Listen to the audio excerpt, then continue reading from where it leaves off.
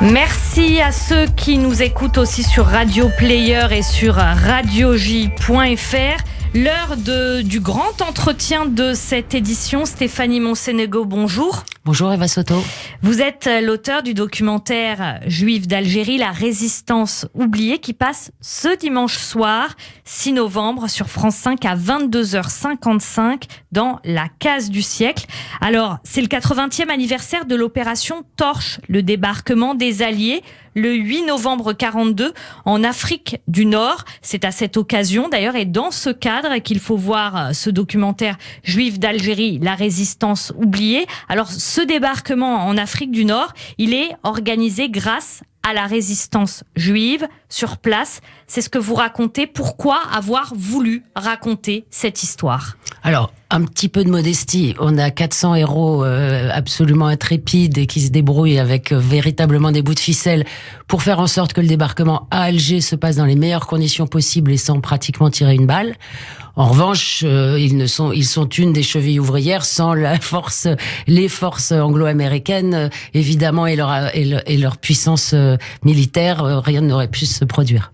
Alors, le débarquement des Alliés en Normandie, c'est 2 ans plus tard, c'est le 6 juin 44. C'est vrai que cette opération Torche qu'il préfigure semble quand même un peu méconnue. Comment vous l'expliquez ? Plusieurs raisons. D'abord, c'est pas très héroïque, mis à part l'opération militaire stricto sensu de débarquement. L'attitude des Américains et des Anglais, dans une moindre mesure, n'a pas été spécialement, n'a pas permis une véritable libération de l'Algérie. C'était compliqué pour Roosevelt puisque la France était encore un État souverain. Et donc, dans le film, j'explique comment finalement, après ce coup d'éclat et cet héroïsme incroyable des résistants juifs, finalement, le lendemain du débarquement, tout redevient comme avant, les mêmes lois anti-juives, les mêmes gouverneurs, les mêmes préfets et les mêmes exactions à l'encontre des juifs en Algérie. Justement, c'est cette atmosphère de Vichy en Algérie dont on parle beaucoup moins que de celle en métropole. Et c'est ce qui pousse aussi, bien sûr, les Juifs sur place à s'engager dans la résistance, cette ambiance antisémite. Il y a un endroit que vous racontez où les Juifs suivent des entraînements paramilitaires la nuit, la salle Géogras, et le jour qui sert de salle de boxe d'entraînement normale. Racontez-nous cette histoire parce qu'elle est belle, elle est émouvante, elle est aussi elle semble un peu anachronique. Mais c'est truculent et on n'a pas pu tout montrer, faute aussi d'images, mais il y a d'autres endroits comme ça qui sont assez incroyables. Celui-là est assez emblématique puisque ce sont des soldats juifs démobilisés qui, revenant en Algérie, se sont rendus compte que finalement la violence régnait dans les rues aussi, la violence antisémite, et ont décidé, sans même penser tout de suite à une opération militaire, à la perspective d'un débarquement éventuel, simplement à créer des groupes d'autodéfense. Et donc ils investissent dans une salle. Ils la créent de toutes pièces, ils créent une salle de gym et ils vont chercher un boxeur champion militaire de boxe manifestement pétainiste qui s'appelle Géogras. Ils lui demandent de diriger la salle. Géogras toute la journée entraîne des gens de toutes origines, de tous âges, etc. Et le soir, et ça il l'ignore, sous le ring de boxe il y a des armes et puis les jeunes s'entraînent. Voilà.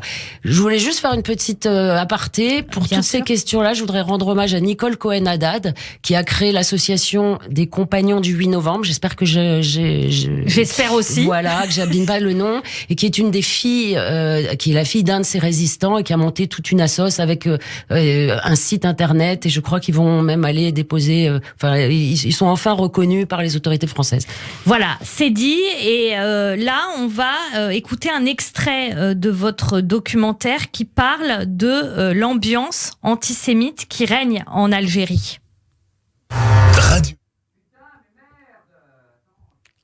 L'Algérie devient un Eldorado d'extrême droite pour les opportunistes de métropole.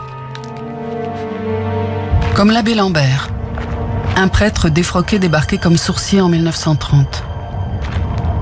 Élu maire d'Oran, il comprend vite qu'il est plus facile de flatter l'antisémitisme des Européens que de trouver de l'eau douce. Il se lance dans une croisade anti-juive sous la bannière de son parti, le Rassemblement national. Sous sa férule, Oran, la deuxième ville du pays, est surnommée la Petite Berlin. Le Rassemblement national, évidemment, ça résonne avec l'actualité. Vous dites qu'à certains égards, le régime de Vichy est pire en Algérie qu'en métropole. En métropole, il y a eu les rafles, notamment celle du Veldiv. Pourquoi est-ce que vous l'exprimez de cette façon-là ? Parce que de fait, sur les citoyens français, alors il y a une petite exception pour les récents naturalisés sur le territoire métropolitain, mais pour les citoyens français juifs, le traitement du régime de Vichy a été bien moins sévère, notamment dans les premières années, qu'il ne le fut en Algérie. Donc la première loi anti-juive du régime de Vichy, elle s'est appliquée en Algérie dès octobre 1940, et c'est la déchéance de citoyenneté, ce dont les juifs de métropole français n'étaient pas victimes. Et ensuite, toutes les lois susceptibles d'établir des quotas, et notamment les quotas dans les écoles ou l'université, ont été beaucoup plus dures.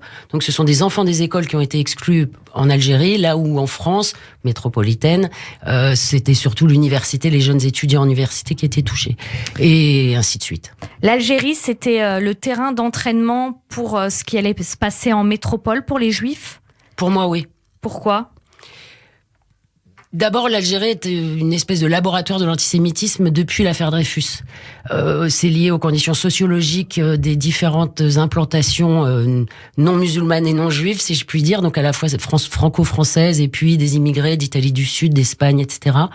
Et pour moi, effectivement, c'était un laboratoire puisque juste avant le débarquement, des étoiles jaunes étaient commandées alors que l'Algérie n'était pas en zone occupée. C'était considéré comme la zone libre et qu'en aucun cas en zone libre, les Juifs n'étaient soumis au port de l'étoile jaune jusqu'en 1943. Merci beaucoup Stéphanie Monsénégo. Votre documentaire vraiment à conseiller, Juifs d'Algérie, la résistance oubliée, est à voir ce dimanche soir, donc 6 novembre, sur France 5 à 22h55 dans la case du siècle, et bien sûr en replay sur les box, sur France 2. Pendant combien de temps ? C'est sur France 5, 15 jours. France 5, oui, 15 jours. Merci beaucoup. Merci. Stéphanie Monsénégo d'avoir été avec nous aujourd'hui en studio sur Radio J.